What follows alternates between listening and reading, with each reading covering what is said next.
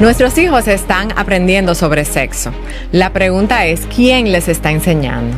Vivimos en una cultura que no calla, pero tristemente muchas veces como padres nosotros sí. Y cuando queremos hablar, no sabemos cómo hacerlo ni cuándo. Si este es un tema difícil para ti, pero quieres aprender a abordarlo, hoy queremos equiparte.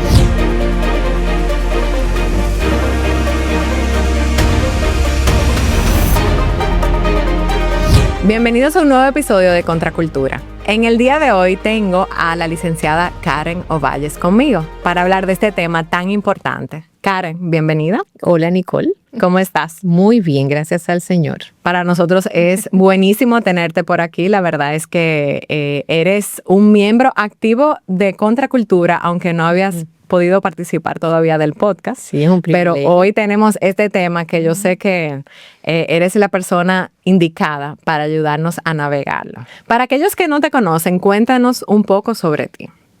Bueno, yo soy creyente ya desde hace 25 años, casada, soy esposa, mamá de 2 hijas adultas y abuela de un bebé de 18 meses. Y además de profesión psicóloga clínica, y soy la directora regional de la Asociación Internacional de Colegios Cristianos AXI Caribe. Y eres cofundadora de Contracultura, porque realmente aunque tú estás detrás de bastidores, juegas un papel muy importante en nuestro ministerio, al cual le damos muchas gracias a Dios por recibir el apoyo tuyo y de AXI también, para poder ayudarnos a equipar a padres con muchos temas tan importantes en el día de hoy. Tú tuviste la oportunidad de participar en un panel en nuestra conferencia pasada de marzo de Contracultura, Sexualidad en un mundo distorsionado.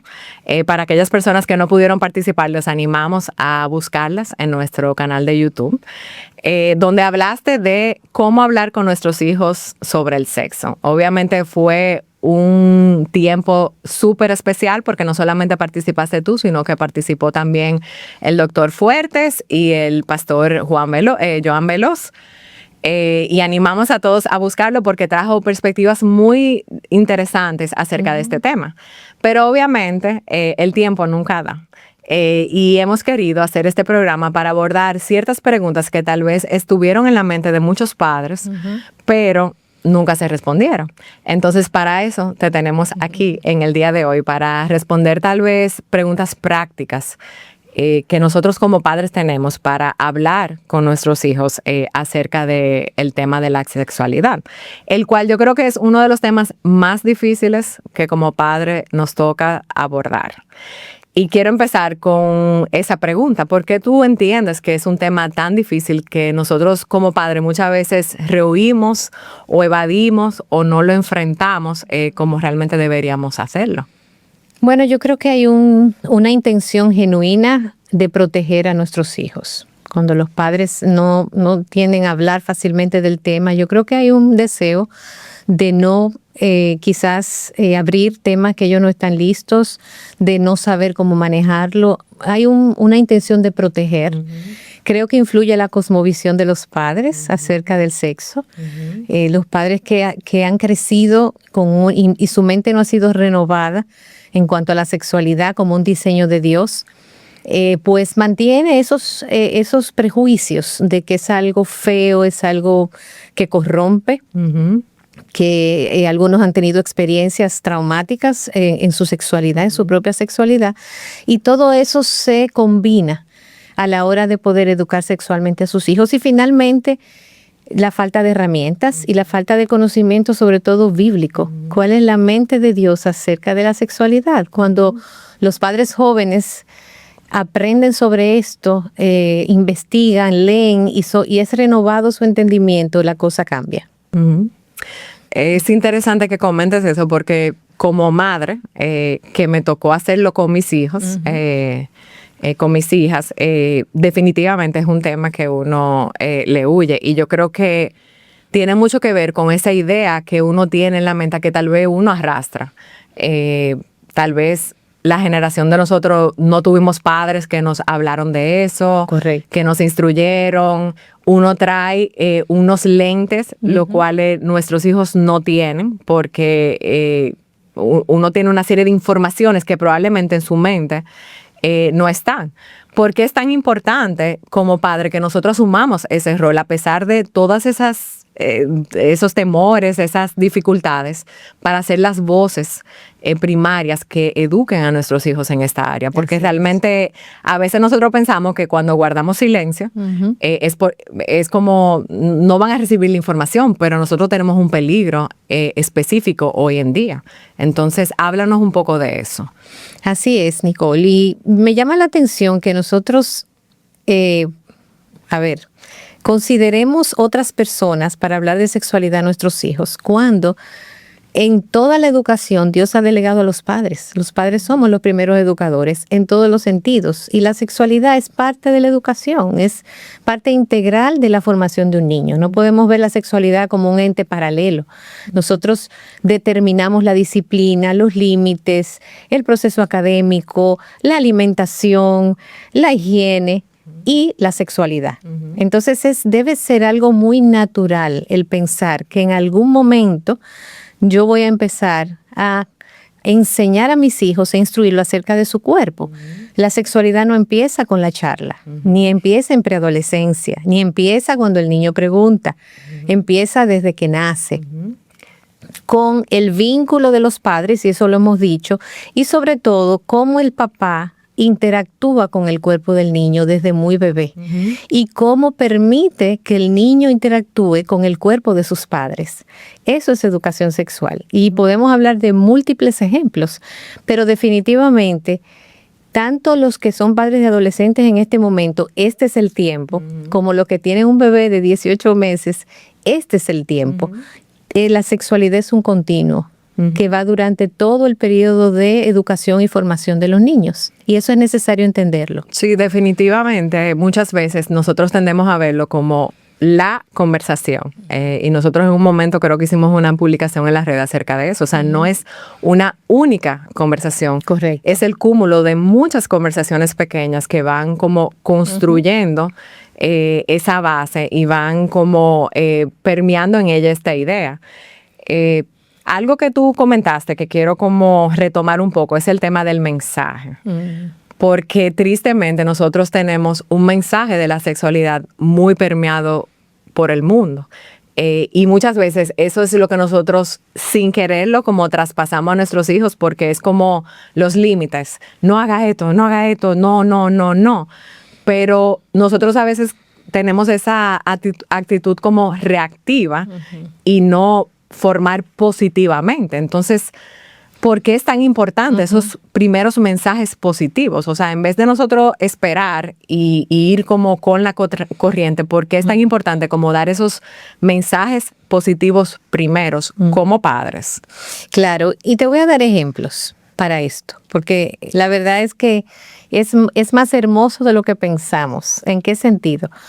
Cuando estamos cambiando a los bebés, a un niño de edad escolar, ellos están mirándose al espejo y tú puedes decir, wow, qué hermoso pelo, qué hermoso cabello Dios te dio, te creó, ¿verdad? Mira cuántas habilidades tú tienes con tu cuerpo. Mira cómo puedes usar tus extremidades. Nosotros tenemos que hablar de las partes privadas, igual que hablamos de las demás partes del cuerpo. Con los nombres correctos. Con los nombres correctos. Si yo estoy acostumbrada a verbalizar la narrativa con mis hijos acerca de ellos, porque si estamos haciendo las rutinas de una manera invisible y una manera automática, yo no lo voy a poder hacer, sino que si yo estoy presente en esas dinámicas del desayuno, del baño por la mañana, para escoger la ropa, por ejemplo, yo voy a estar presente en el momento de decir, mi amor, tú sabes, tu pene solamente lo tocamos para bañarte, para hacer pipí. Y él se sigue tocando porque juega con su pene, un niño pequeño. En ese momento, con mucha naturalidad, tú dices, mi amor, recuerda lo que hemos hablado, tocamos el pene solo para bañarte o hacer pipí. Y redirigimos la atención. Cuando, por ejemplo, vamos a comprar una ropita, esto lo usa mamá, esto lo usan las niñas, esto lo usa papá, esto lo usan los niños. Fuera de lo que sea que diga la cultura, la realidad es que nosotros sí debemos ser intencionales para desde muy pequeño decir, ¿dónde está papá? papá está trabajando. Niños de 2 años. ¿Y mamá dónde está? Mamá está trabajando en casa cuidando a los bebés. Tú me dirás, pero eso no siempre es así. Pero a un niño de 2 años tú no puedes relativizar. Tú no puedes hablar de modalidades. Tú tienes que establecer fundamentos y principios que sirvan de zapata para luego tú hablar de los diferentes estilos de vida. Pero en ese momento lo que el niño necesita son principios concretos, pocos, que establezcan una seguridad, una rutina de todos los días. Ya tú estás trabajando sexualidad. Cuando tú estableces roles, papá y mamá, ¿qué hacen los niños? Los niños pequeños, trae la silla, cárgala. Me encanta ver a mi nieto como él, porque es algo que sale de una manera inherente en el desarrollo psicosexual de un niño. Él carga la silla, él se siente fuerte y poderoso cuando toma su sillita y la carga y la lleva, y tú lo ves con ese estilo, y la mesa pesada, ven, te ayudo, sí, pero él la quiere cargar.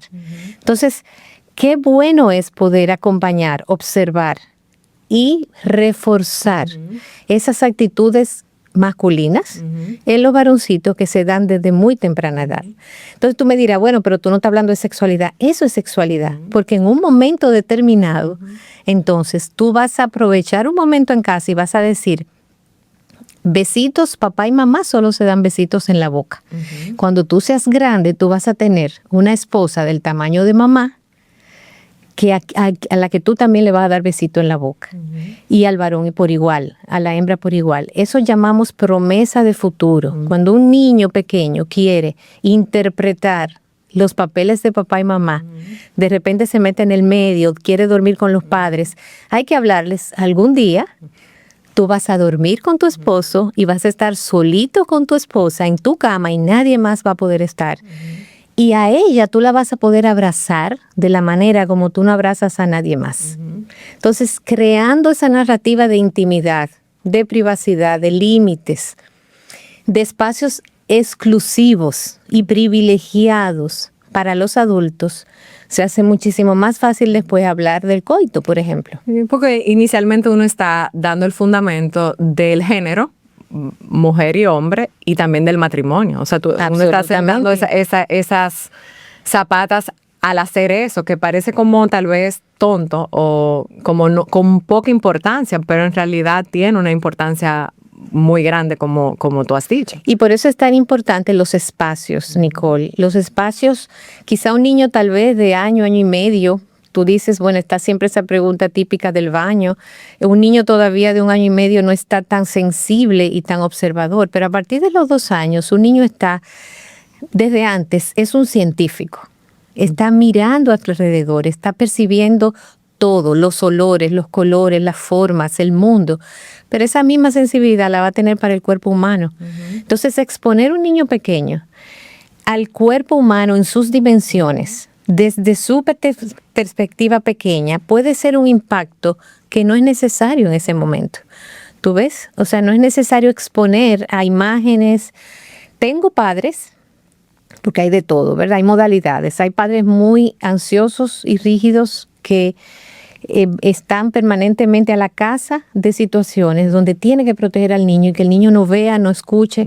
Pero también está el otro extremo, de padres muy permeados por la cultura, o que vienen de entornos muy liberales que dicen, ay, no, eso no es nada, que aprendan, que vean. Ellos tienen que saber, para que vean afuera, que vean aquí. Y entonces crean un ambiente en casa sumamente permisivo y peligroso para los niños.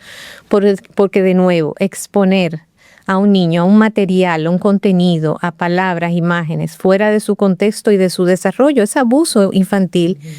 Y es una conducta perversa delante de los adultos, parte de los adultos. Tú sabes que escuchándote hablar vienen ciertas preguntas a mi mente, porque tú hablaste de límites, pero con eso que tú estás diciendo, pienso en hábitos o situaciones que son comunes de nuestra cultura. Por ejemplo, bañar hermanos juntos. O sea, por ejemplo, es el tiempo de vamos a bañarlo y yo como mamá, para que sea más fácil y sencillo, yo lo agarro, lo meto todito en la bañera y lo baño todito juntos. O bañarse padres e hijos, o aún el tema de dormir con los hijos en la habitación. Cuéntame un poco cómo cada uno de esos escenarios impacta o instruye a nuestros hijos sexualmente, porque uno pudiera pensar como, bueno, no tiene nada que ver, pero en realidad sí. Es maravilloso porque Dios ha puesto esa impronta en el cuerpo humano y los que tienen hijos, ¿verdad? Han tenido ya hijos mayores, saben que llega un momento en que el niño de edad escolar comienza a expresar pudor en sí mismo. Él empieza, mientras son pequeños y se bañan juntos, lo hacen de manera muy natural. ¿Por qué? Porque los niños pequeños no tienen la percepción de los genitales como lo tenemos los adultos, ni los niños más grandes, sino que simplemente es el cuerpo, jugamos. Pero llega un momento, 7, 8 añitos, que el niño comienza a no entres, cierra la puerta, estoy haciendo pipí, estoy haciendo caca, mami no, yo me baño, ya no me bañes. Ellos mismos van expresando ese pudor, porque es algo natural. Entonces ahí nosotros tenemos, por eso es la importancia de que los padres estén en momentos claves y cruciales en el desarrollo de sus hijos, porque es el momento de decir, sí, mi amor, claro que sí, necesitas privacidad. Uno se baña solo, va al baño solo, te cierro la puerta, sí, me llamas cuando quieres que te ayude. ¿Necesitas mi ayuda? Ese manejo respetuoso va creando en el niño esa dignidad de su cuerpo. Y es el papá el que modela el respeto que eventualmente ese niño o ese adolescente va a demandar de los demás adultos. No es suficiente con decir, mira, esas son tus partes privadas, nadie las toca, hay que decirlo. Solamente te baña papá y mamá y solamente baño, no jugamos con los genitales. Y el médico, ¿verdad? Para chequearte. Pero el decirlo no es suficiente, hay que modelarlo, hay que vivirlo en el día a día. Entonces, esa dignidad debe ser, primero, el padre, decir digno, mi amor, tócame la puerta, mamá se está bañando, los niños no entran, los adultos duermen con los adultos, los niños duermen con los niños. El tema del incesto, mira, nosotros en los países, ¿verdad? Como nosotros, donde hay mucha pobreza y hacinamiento, el incesto es bastante frecuente entre los primitos, los hermanitos, no hay límites físicos, es una realidad. Y la verdad es que nosotros debemos hablar de estas cosas. Así como hablamos de las partes privadas no se tocan, tú te vas a casar siempre con alguien fuera de tu familia. Nosotros no nos enamoramos de nadie dentro de nuestra familia. Porque estamos también trabajando prevención de abuso. ¿En qué sentido? Cuando un tío, un vecino, alguien muy cercano, quiere tener un acercamiento especial, ya tú has hablado con esa jovencita muchas veces. Nunca nos relacionamos de manera romántica con miembros de nuestra propia familia, por ejemplo. Y estas cosas no se hablan, pero el incesto es una realidad. O sea, cuando hablamos de relaciones incestuosas, es que a veces primos experimentan. Si están mucho tiempo solos, no tienen supervisión, es muy común que se den este tipo de cosas. Aún ahora con las redes, exploran, miran, se exponen a material inadecuado y empiezan a experimentar entre ellos mismos. ¿Tú ves? Entonces hay dos problemas. El tema de la exposición precoz a un material sexual y el tema de las relaciones incestuosas, por ejemplo. Se me ocurre la pregunta que creo que es la que viene a la mente de cada papá con este tema. Creo que es la más frecuente. Y yo sé que ustedes lo manejaron en el panel, pero para seguir el hilo de esta conversación quiero volverla a preguntar. Hemos hablado de que tú puedes caer entre hablarlo muy temprano o muy tarde.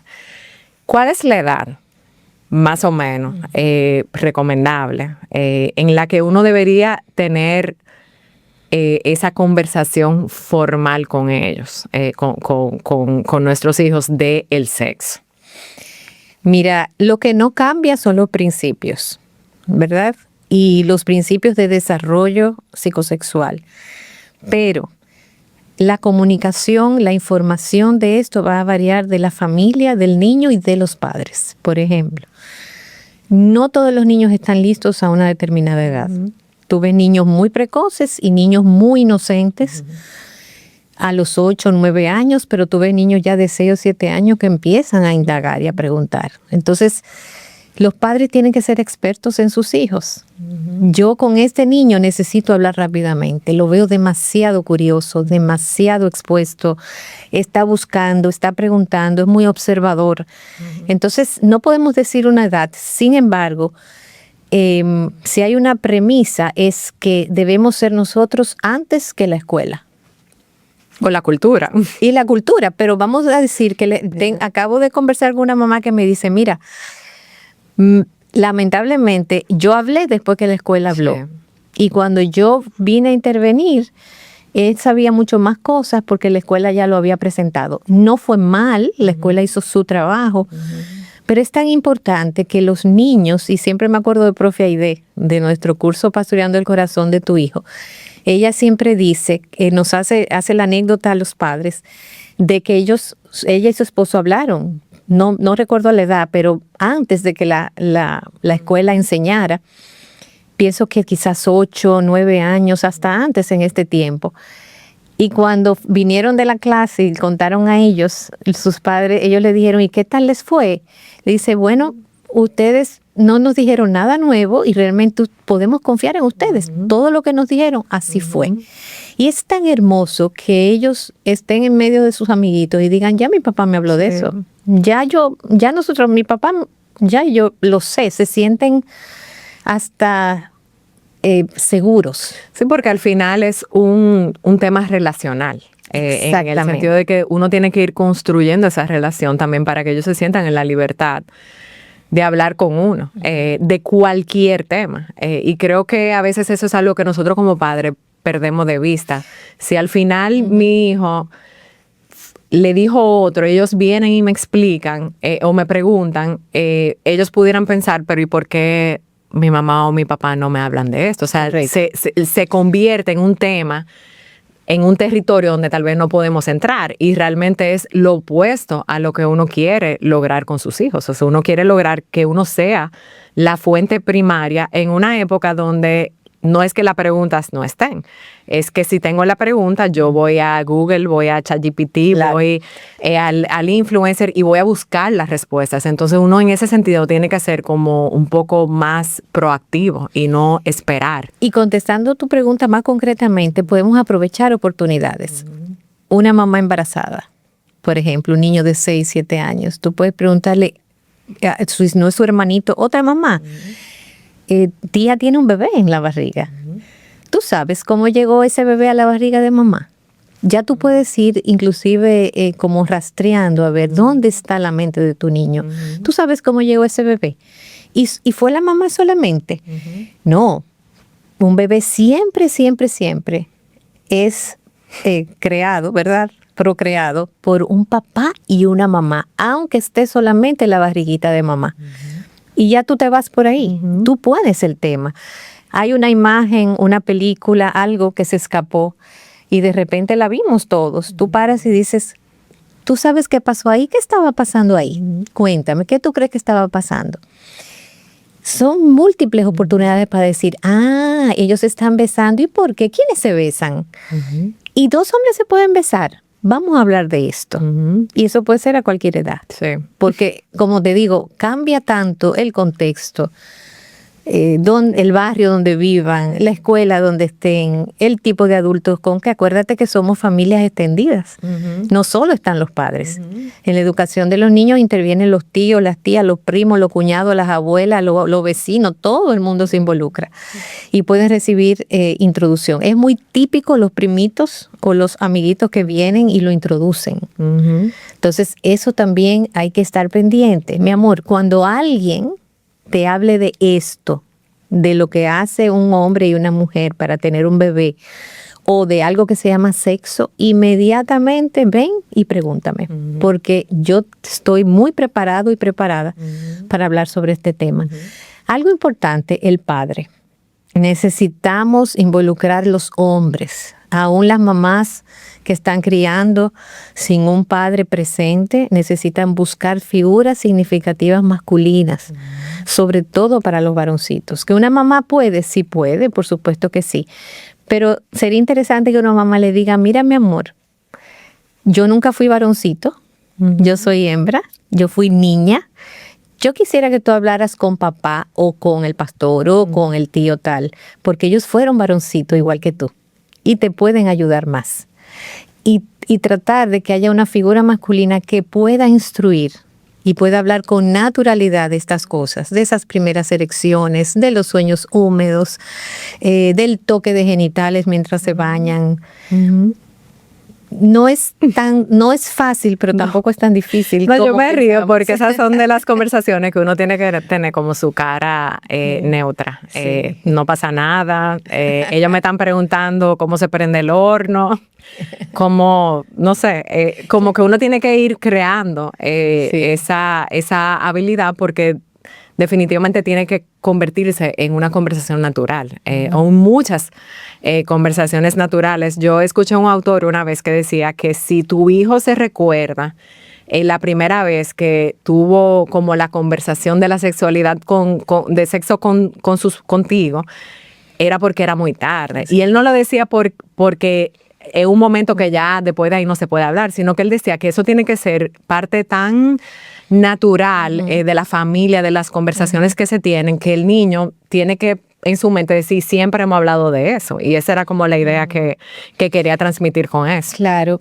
Y yo quiero insistir, Nicole, que además de la conversación y de la información, mi llamado para los padres es que ellos puedan primero mirarse a sí mismos en esa área.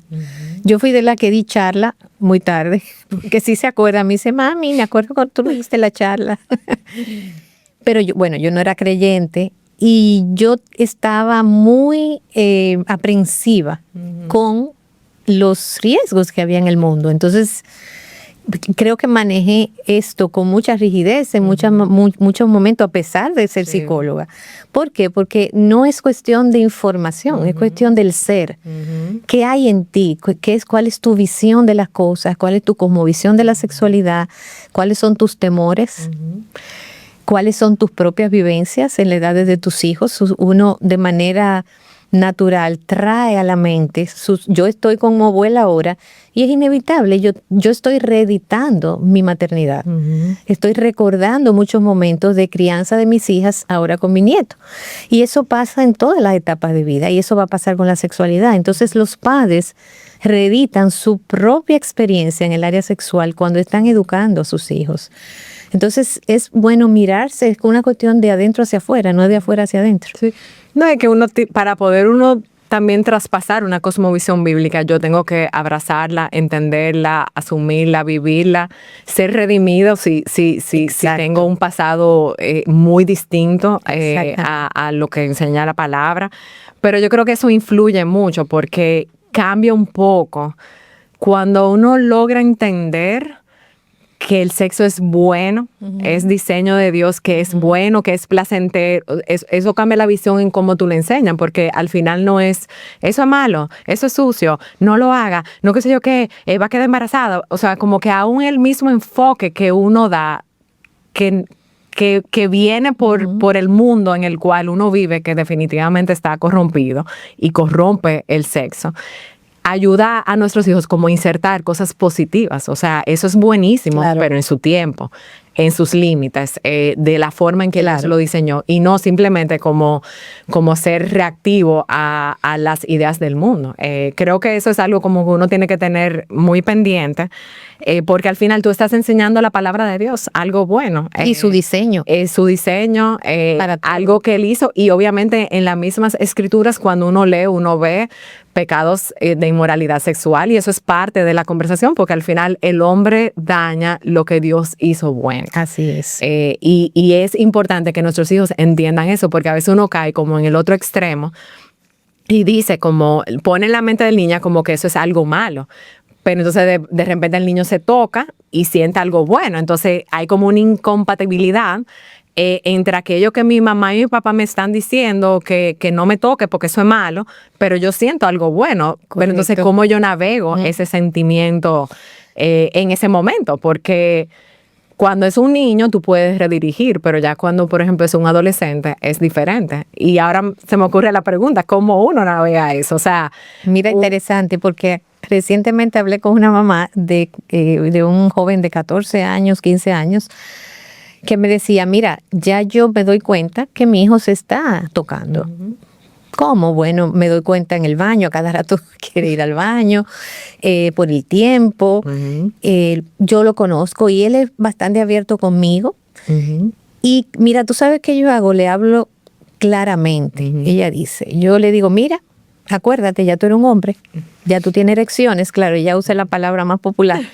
Tú tienes erecciones, es más, tú puedes embarazar a una niña, porque ya tú tienes erecciones, tu cuerpo está preparándose, Dios te está preparando para eventualmente poder tener una esposa de nuevo, igual que papá y mamá, y tener bebés. Y todo eso que tú experimentas, y aún lo que pasa cuando tú tienes una erección y luego tienes esta emisión, es lo que Dios usa para crear bebés. Pero mientras tanto, tenemos que ayudarte a no hacerlo de una manera. Entonces ella me preguntaba, me decía, yo sé que eso es natural, yo no quisiera, como, ¿qué hago? ¿Lo prohíbo? Porque eso no se prohíbe, pero entonces lo va a hacer. Entonces ahí viene, primero, algo natural, es parte del diseño de Dios, eso tiene un propósito para el futuro y al mismo tiempo ayudarlo a tener dominio propio. O sea, como todas las áreas de la vida, la sexualidad hay que someterla al dominio propio. Nosotros no bebemos todo lo que queremos beber, no comemos todo lo que queremos comer, no hacemos. Y eso aplica igual. Entonces hay que ayudar a estos jóvenes, primero, imposible, ¿cómo es posible? Mira, ya yo sé, sal de ahí. No. Es natural, pero no es ese el momento y no es la mejor forma de tú invertir tu tiempo. No, y que también es una distorsión del diseño, porque al final muchas veces nosotros podemos decir pero no está bien. Pero ¿por qué no está bien? Porque al final Dios no lo diseñó para que sea o sea, Dios no diseñó el sexo para que fuera algo de autoplacer. Pero cuando tú dices algo que no está bien, ¿a qué tú te refieres? Bueno, el hecho de la masturbación, Okay, el hecho porque la respuesta sexual es natural y está bien, porque es un proceso que te va preparando y es algo bueno. Ahora, el usarlo, el tomarlo como una fuente de placer, de bajar la ansiedad, de autogratificación, de lidiar con el aburrimiento, eso está mal. Como está mal si tú fumas marihuana, porque eso te da placer, te baja la ansiedad y te saca del aburrimiento. O sea, no, lo que quiero, son de acuerdo. Procesos, digo, fumar marihuana no es nunca algo natural, pero te quiero decir, son procesos que te dan placer, pero que no necesariamente tú tienes que permitir que suceda. Claro, por eso te digo que es el hecho de apuntarlos al propósito, al propósito y al diseño, porque sigue siendo, o sea, es una distorsión, sí me va a generar placer, pero al final no es como Dios quiere que sea. Y que ellos entiendan que es por esperar o desear o anhelar o procurar algo mejor de acuerdo a lo que Dios dio. Entonces, es como esa diferencia, porque a veces uno se queda como en lo malo, pero ellos ven que no están así como sus padres le están diciendo, y uno no le hace esas conexiones para entender, sí es bueno, porque Dios lo hizo bueno, pero traer a la luz como esa realidad bíblica. Tú sabes que yo quisiera que nosotros hiciéramos un pequeño ejercicio, porque yo creo que hemos hablado mucho de cómo hablar con tus hijos del sexo, pero cuando llegue el momento, una cosa es la teoría y otra cosa es la práctica. Yo me acuerdo que en el momento que me tocó a mí, bueno, nada, los sudores y todo. Y fue muy hermoso. La verdad es que yo creo que el momento es más difícil, pero ya después que uno lo hace, como que uno siente un alivio y uno se da cuenta que no es como uno se lo imagina, porque yo me acuerdo que yo me imaginaba como que, yo siempre traigo el ejemplo y digo, es como en Génesis, como que Dios dice, sea la luz y la luz fue. Mi mente era como va a haber un switch en su mente que de repente ya va a haber como perversión, como que la inocencia se va a ir y ya. Y realmente no. Nos tomó muchas conversaciones hablar de eso. En ese momento cuando nosotros hablamos, lo que le llamó la atención no necesariamente era como el acto en sí, y nos tomó muchas conversaciones mucho más sencillas llegar a ese punto. Entonces, Eso es lo que quiero hacer ahora.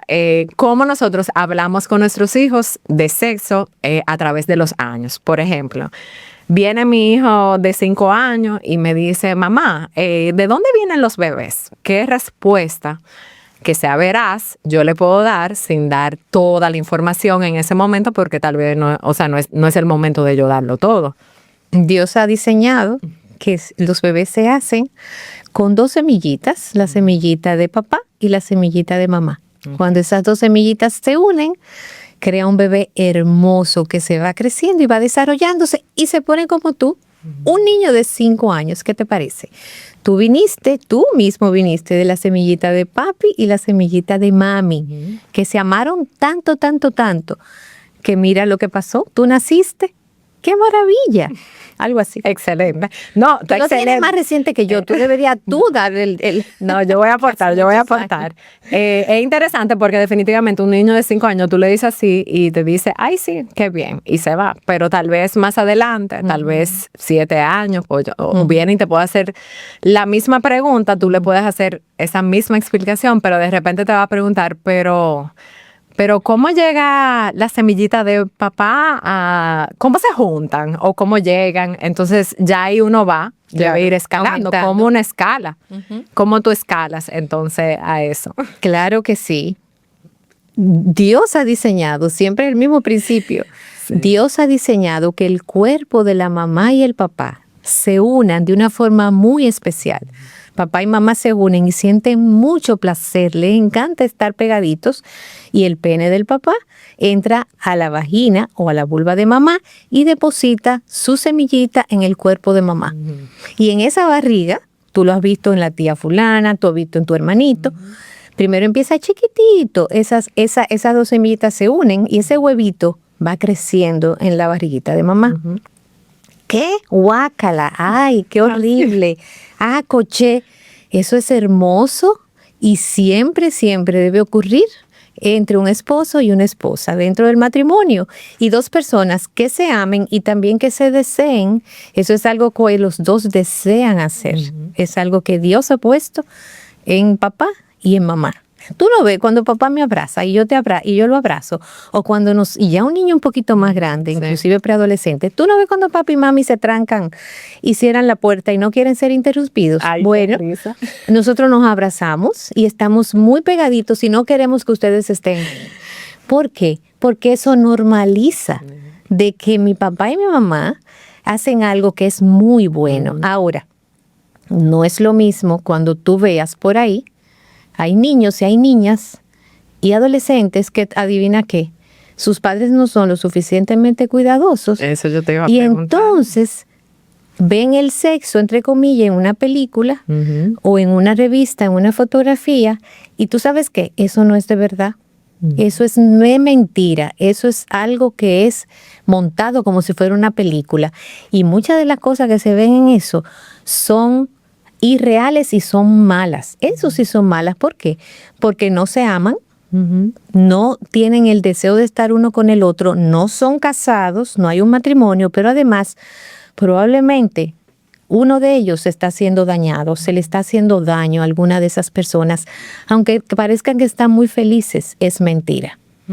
Y ahí mismo, en la misma conversación, tú puedes introducir la pornografía y puedes hacer la diferencia entre el acto sexual lícito dentro del matrimonio y un sexo, un coito, porque no es hacer el amor, es un coito, un encuentro sexual completamente distorsionado y perverso.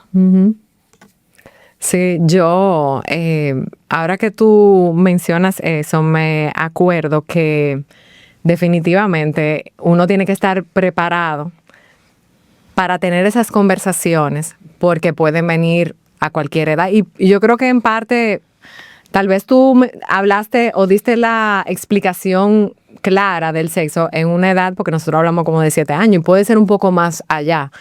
es la idea que queríamos trazar de que, bueno, tú vas escalando hasta que el niño esté satisfecho. Si le diste una respuesta simple y el niño está satisfecho, lo deja así y ir como insertando más y más y más información hasta tener que dar como ya la explicación como tú lo hiciste. Excelente. Pero tú puedes agregar. No, ¿qué más? Dime qué más, Nicole. No hay nada que agregar, pero te hago el comentario porque cuando uno ve las estadísticas, la edad promedio en que nuestros hijos se encuentran con pornografía es 8 o 9 años, o sea, es una edad súper joven. Y es bueno que uno enseñe a sus hijos a quita la vista, quita la mirada, quita como que incluir eso como parte de la conversación, porque en la época mía nadie hablaba de pornografía, porque eso era algo que tú tenías que ir a un lugar a buscarlo, pero ya realmente está al alcance de los niños en cualquier lugar. Entonces, qué bueno que incluiste como ese tema de la conversación de la pornografía dentro de eso, porque entiendo que en esta época es súper importante.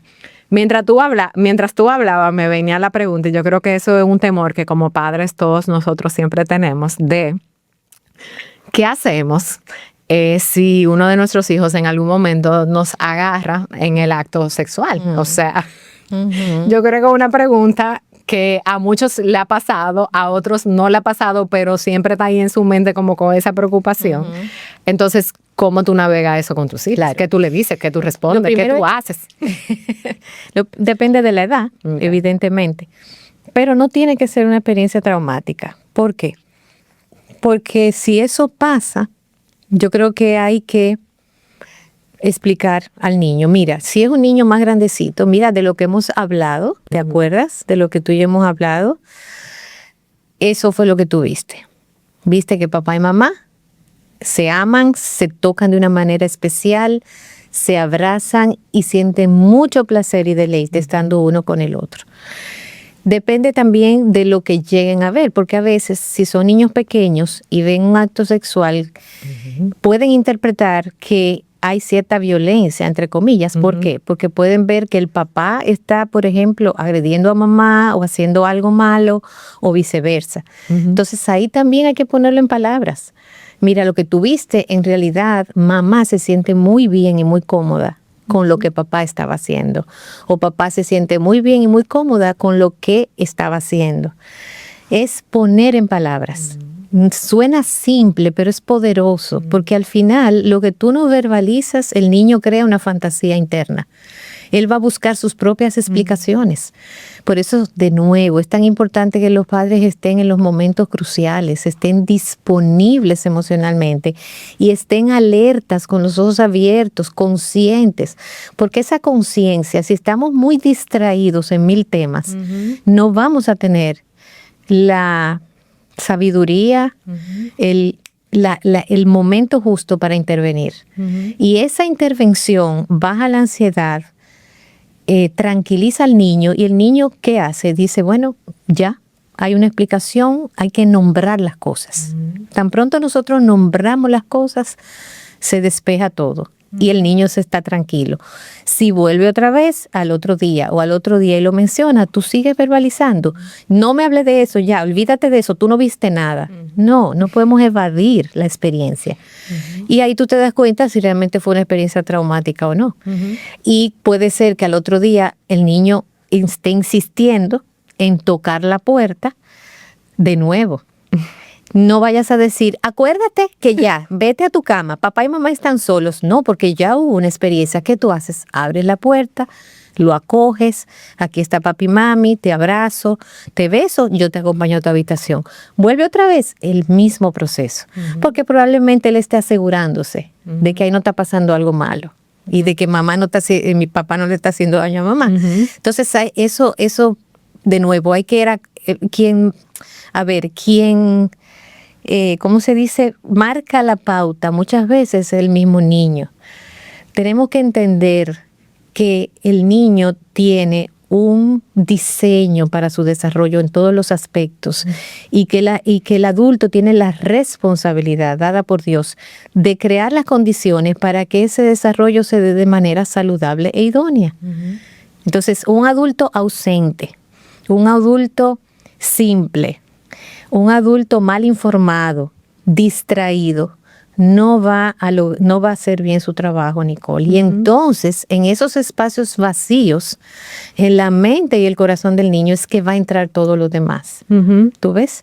Entonces, antes que la información, que la charla, que los libros, está el vínculo. El vínculo es lo que te va a permitir hacer tu trabajo idóneamente. Y luego viene todo lo demás.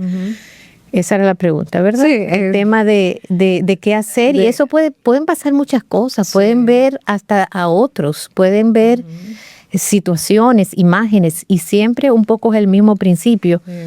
El papá asumirle el protagonismo. Quitárselo a la televisión, a las redes, quitárselo a la cultura, quitárselo a la misma escuela, que muchas veces lamentablemente es un lugar de riesgo. El papá tiene que asumir el protagonismo y formarse, leer, estar disponible. ¿Y cómo uno como padre puede ir fomentando como ese protagonismo? Porque, por ejemplo, si uno empieza desde pequeño, uno va construyendo una relación. Y quiero que me des algunas pautas de eso, pero igual también yo puedo venir a esta conversación hoy y decir, bueno, yo no tengo esa relación con mis hijos, ya yo perdí mucho tiempo, ¿qué cosas yo puedo ir haciendo como para retomar y tal vez como buscar ser aquella voz en la vida de nuestros hijos, que realmente ellos puedan recurrir, puedan ir, puedan sentirse cómodos hablando? Ellos definitivamente, mientras más temprano mejor, pero nunca es tarde. Voy a comenzar con decirte qué no hacer. Primero, los papás no pueden dejarse dominar por la culpa.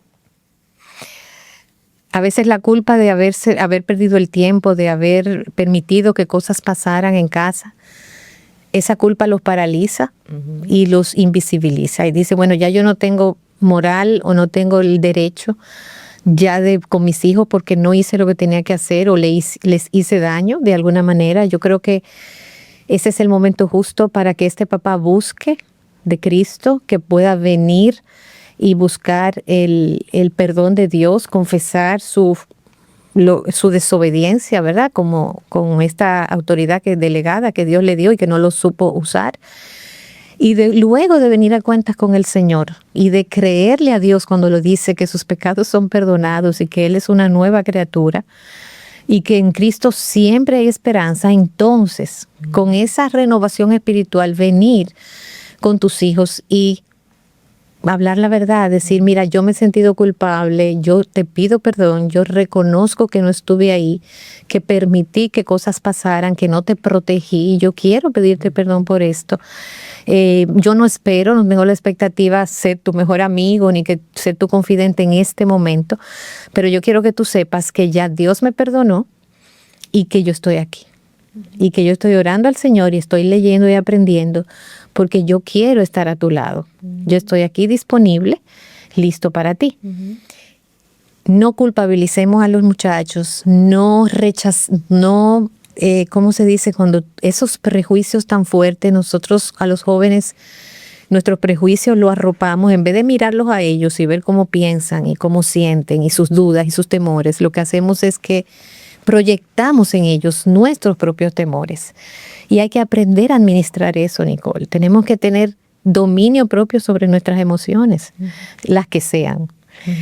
Y buscar, si son adolescentes ya, adolescencia tardía, ya hay que comenzar a relacionarse de una forma indirecta. O sea, no te vayas al problema, al tema, al área de conflicto. Busca maneras de tener intereses comunes con ellos. Y no solo como papá, ya como dos adultos o próximamente adultos. ¿Qué nos gusta a los dos? Tráelo a tu mundo, entra en su mundo de una forma indirecta. No te vayas siempre a hablar cuando hay conflictos, no vayas a hacer reuniones familiares cuando hay temas difíciles. Que sea una norma y algo natural el estar juntos y conversar. Ya ahí me están haciendo señas, o sea que vamos a ir aterrizando.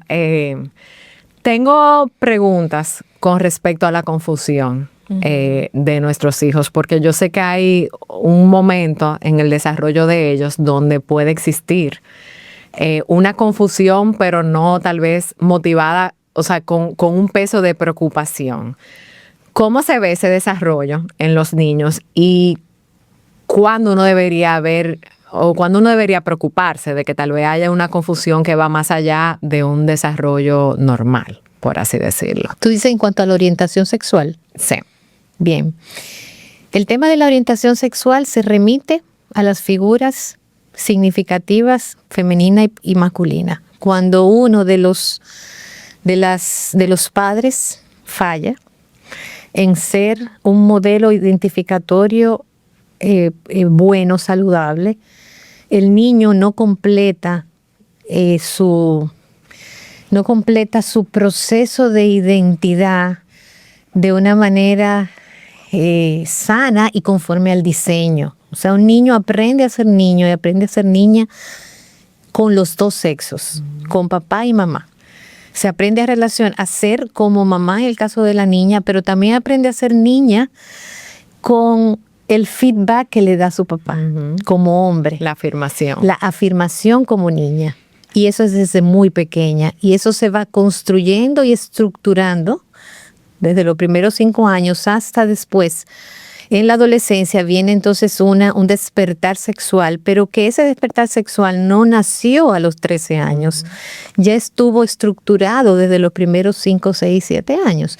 Entonces, cuando ha habido una distorsión de la relación, no solamente ausencia, estando papá y mamá en casa, ha habido una distorsión del vínculo, donde una mamá trata a su hijo, por ejemplo, de una forma que no es saludable, y no podemos entrar como en materia en este momento, pero, o cuando un papá trata a su hijo, que es muy típico, el varón, un niño que es rechazado, maltratado, abandonado, descalificado permanentemente por el padre o por las figuras masculinas de su familia, es un niño que crece con la idea de que ser varón es muy difícil, que el mundo de los varones es cruel, es duro y que él no tiene la capacidad para funcionar en el mundo masculino.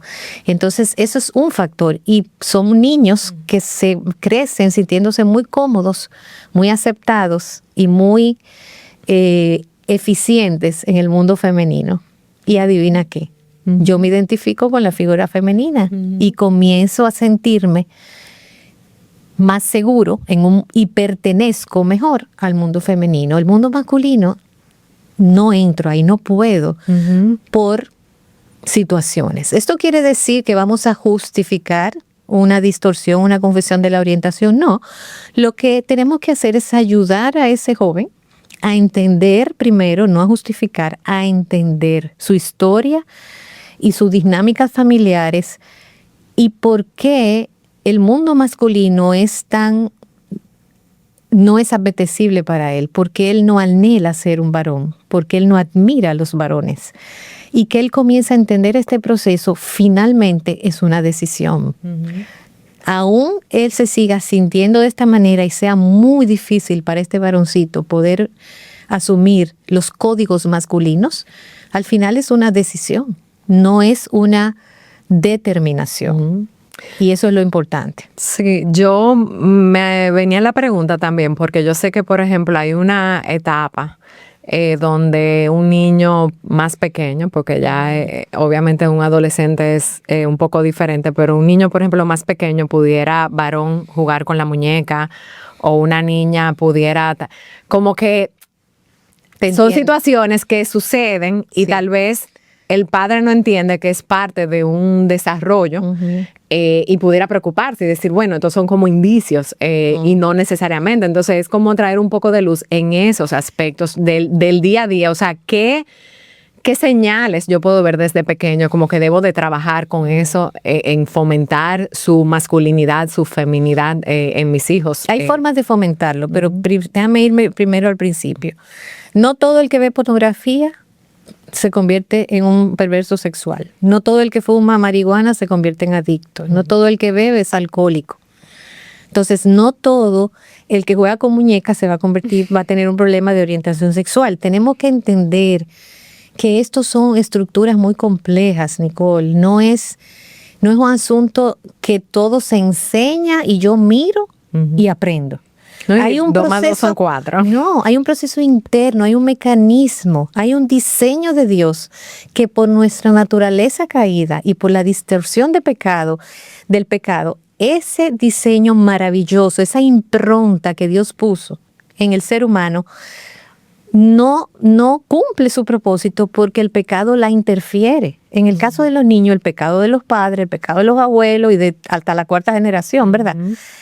Entonces, no es un asunto de nosotros no vamos a reforzar masculinidad poniendo al niño a jugar carrito y que no juegue muñeca. La masculinidad se fomenta cuando un padre, una figura masculina, modela, acepta, valida y ama a ese niño siendo varón. Una niña desarrolla su feminidad cuando tiene una madre que no es una madre inasequible, inalcanzable, que para ser mujer hay que ser superwoman. Dicho sea de paso, lo que está pasando en este momento, una madre y una feminidad muy difícil de alcanzar. No. Una niña cuando tiene una mamá que la acepta, no le exige que sea como ella, sino que así como tú eres, yo te acepto. Y un papá que se derrite por su niña. Así es que realmente nosotros reforzamos la feminidad. Yo recuerdo, yo soy la segunda, no había sonografía, varón, yo tenía nombre, mi hermana y yo era Mario Ernesto. Y entonces, ¿qué pasa? Cuando nací, algunos miembros de mi familia dijeron, ay, otra hembra. Pero mi papá me vio y dice, qué bella mi hija. Bueno, tú sabes, todos los niños son bellos a sus padres.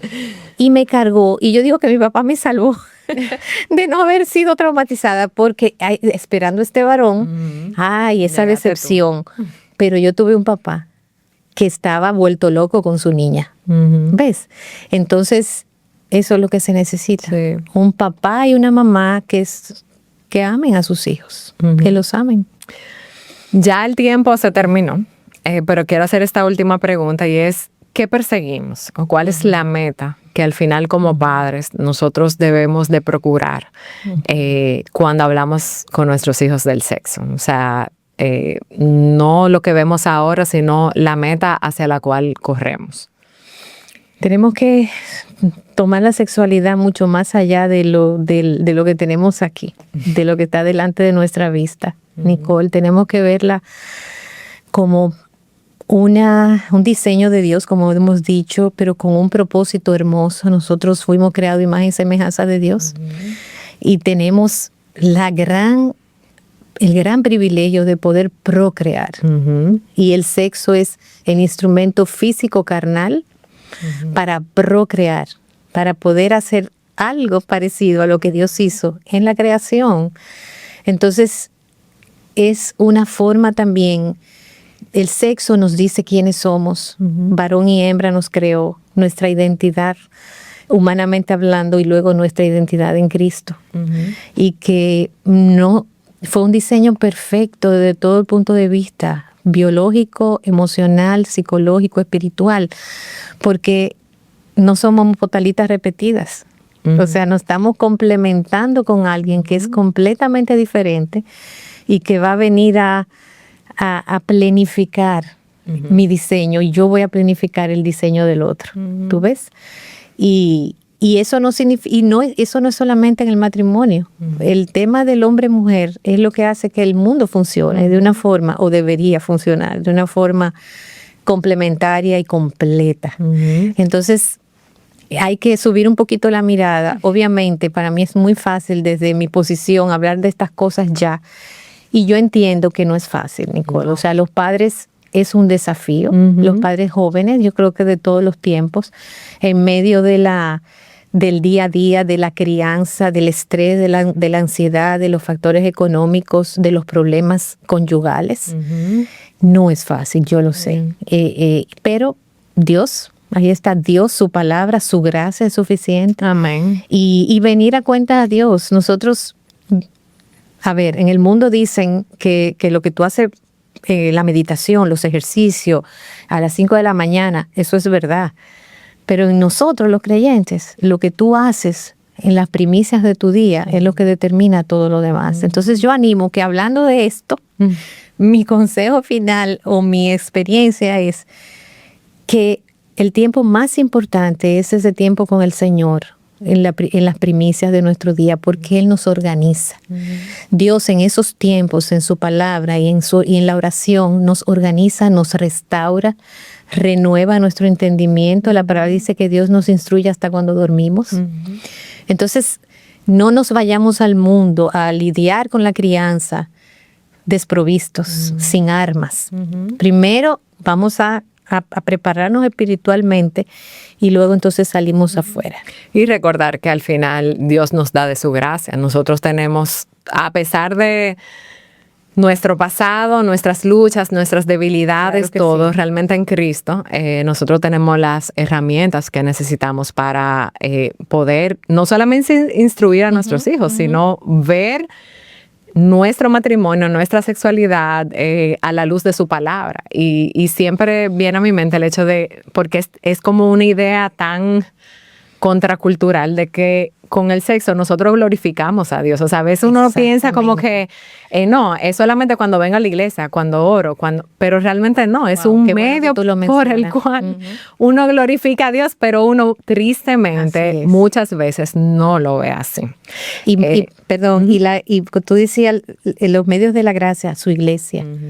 Tenemos que pertenecer a una iglesia de doctrina sana, ¿verdad? Una congregación. Y esta iglesia está ahí para respaldarnos y suplir muchas de las cosas que tal vez no tenemos en casa. Amén. Es mantenernos mirando a Cristo en todo, porque definitivamente para esta labor ninguno somos suficientes. Así mismo. Ninguno estamos capacitados. Muchas veces lo vamos a hacer mal, otras veces vamos a hacer cosas bien, pero al final la obra es de Él y podemos pedirle a Él sabiduría, gracia, ayuda. Podemos consultar con otros, como hice hoy contigo, para que nos traspasen una sabiduría vivida también que pueda ayudarnos.